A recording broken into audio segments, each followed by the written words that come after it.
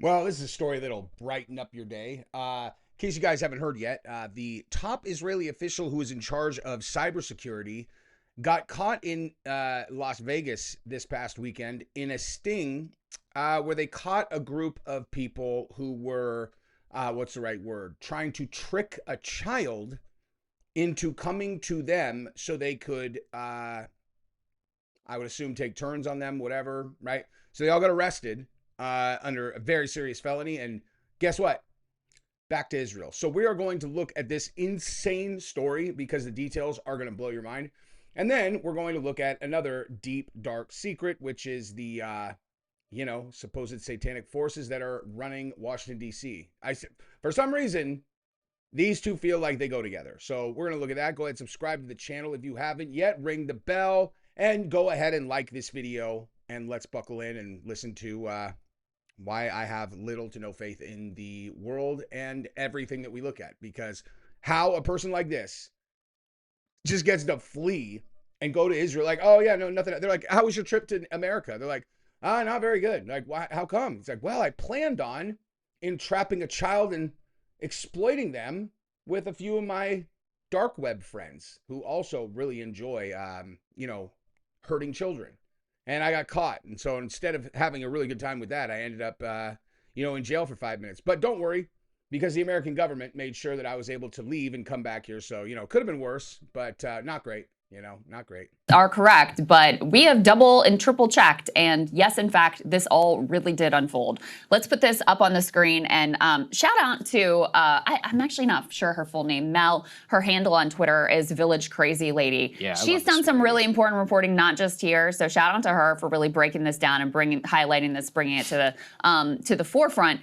So she tweets, the executive director of Israel's National Cyber Directorate was arrested this week in Las Vegas in a child predator ring sting. There were a number of other people who were arrested as well, I think 7 different individuals. So he gets arrested in this sting of trying to lure a child on a computer for sex acts. And then he's released and allowed to go back to Israel. Keep this up on the screen for just one moment.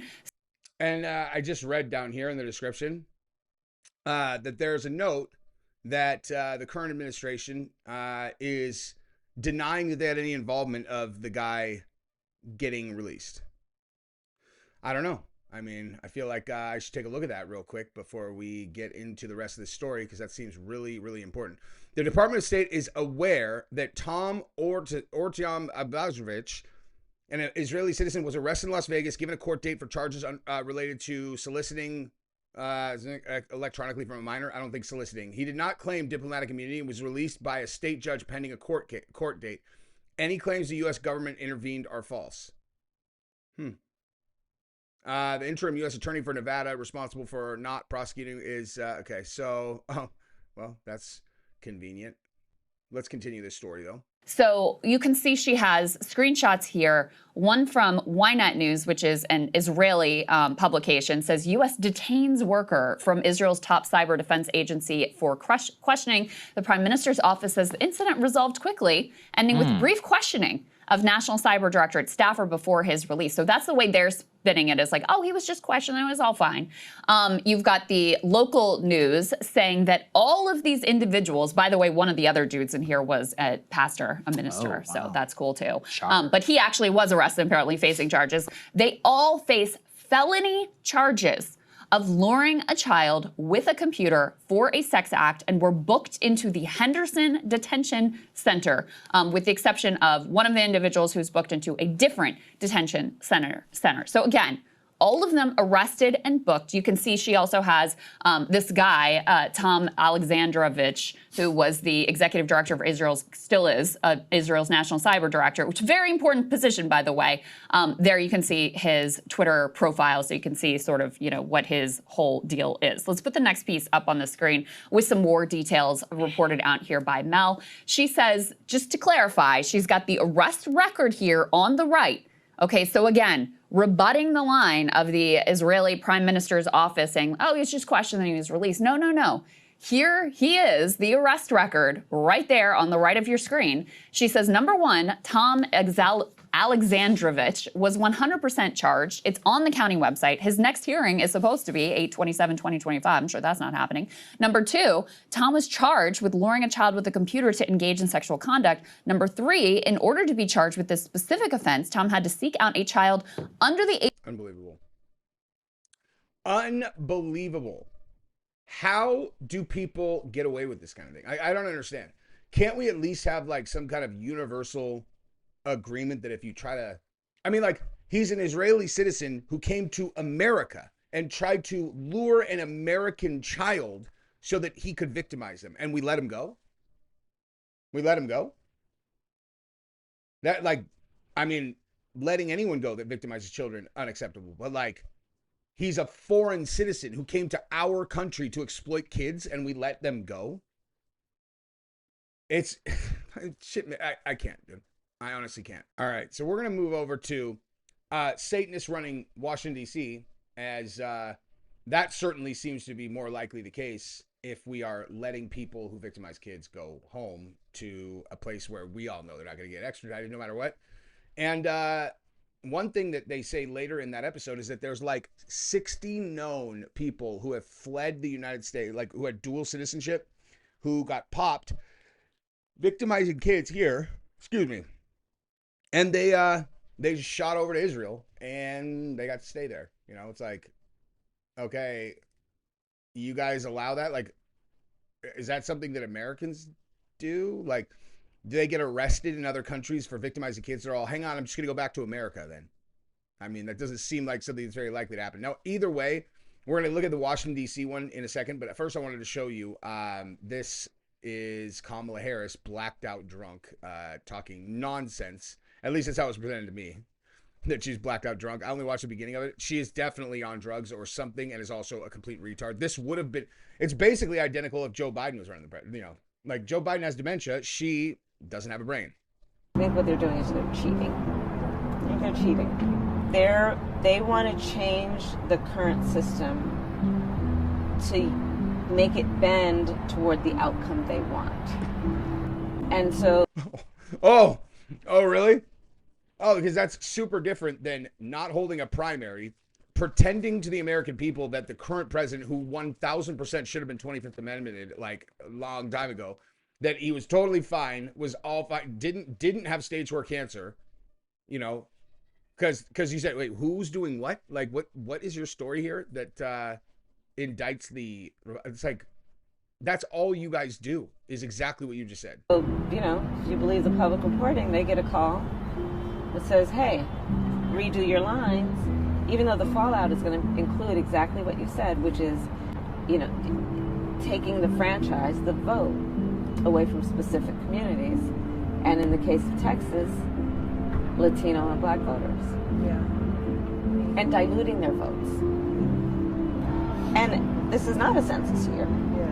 But this is a year with the big, beautiful bill and the unpopularity of it. Hey, I have an idea.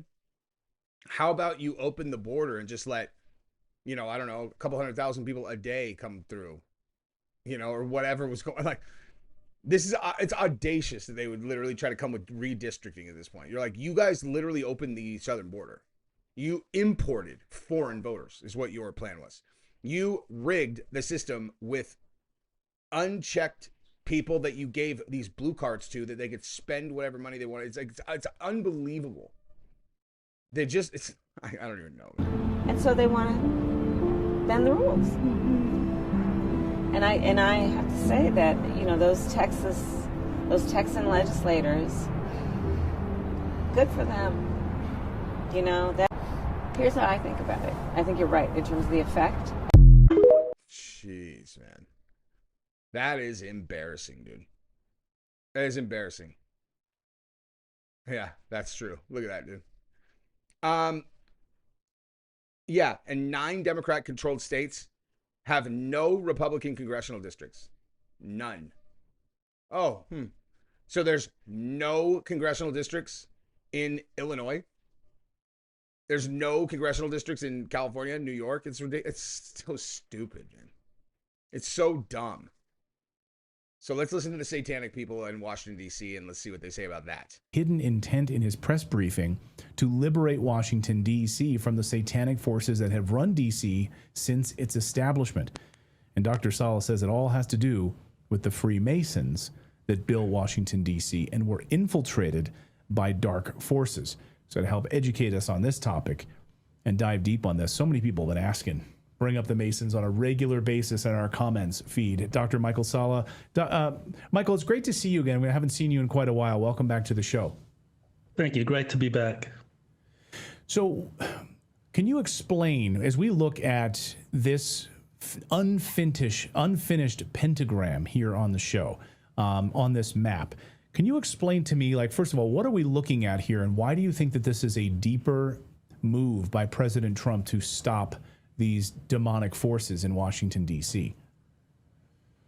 Well, that dates back to the design of Washington, D.C. by a French architect, Pierre L'Enfant, who was a Freemason. And the Freemasons understood the power of symbols, occult symbols, such as the pentagram, which is a way of being able to create a power vortex for various ceremonies. And so as far as the Freemasons associated with George Washington and Thomas Jefferson were concerned, they thought that this Freemason symbol would kind of like help establish or promote their idea of the new Atlantis, that America was the new Atlantis. It would be a place of high technology, abundance, and show the way for the rest of the planet. But what happened was that the Freemasons were infiltrated at the higher levels, and this is something that I've been able to confirm, that Freemasonry today at the 33-degree level, those that achieve that rank typically have very positive views about Freemasonry and helping establish their goals, their positive goals. Wait, if you make it to the 33rd level of Freemasonry, you have pretty positive views of Freemasonry? No. What? That's impossible. That can't be. That is just mind-blowing. But at that level, 33rd degree, they are introduced to the deeper, darker mysteries, and they swear allegiance to these satanic forces. And these satanic forces are connected to extraterrestrial life that many Freemasons at that higher level believe who it was that established the ruling bloodline families going all the way back to Sumeria, Babylon, and so forth. And so these ruling bloodline families, they believe that they are the direct descendants of the gods, or the Anunnaki, the fallen angels, whatever you want to call them, and that those who are worthy of the truth will be initiated into those truths. So that's how they establish secret societies. But it is something that is segregated from the most practitioners of Freemasonry who know nothing about this up until the 33-degree level. And if they progress beyond that, then they're initiated into the kind of satanic practices that are what enables a lot of these ruling bloodline families to get their power and to control the rest of the world. You know, a lot of people on our chat room are saying you're spot on about this. I mean, it probably would have sounded crazy to me a couple months ago, but I just watched a 5-hour thing that someone sent me about this exact topic, and it was a guy who was defecting from the 33rd level of Freemasonry, and he came off very believable, extremely believable, and he had receipts, you know, and yeah, I don't know, man. I still can't get past that fucking Israeli guy. I mean, that's like, that is absolutely mind-blowing. I don't know how I move forward from that story. How on earth did they let that guy out of jail and just let him go home? Luring American children. Okay. There is an abundance of evidence that this elite group is running kids all over the place, and that it's totally acceptable for them to victimize kids. I mean, I don't even know how you would even debate that. If you've looked into this at all, right? If you live in the world you think you live in, how does that guy go back? Like they're like, oh, well, he's a big deal in Israel, so he's allowed to come here and do this. Like, what could be more demonic than victimizing children and making it okay? I don't know. Honestly, I can't even think. That's enough for this video. If you guys want, I don't want to use this is a great video from them. You guys should definitely go check it out.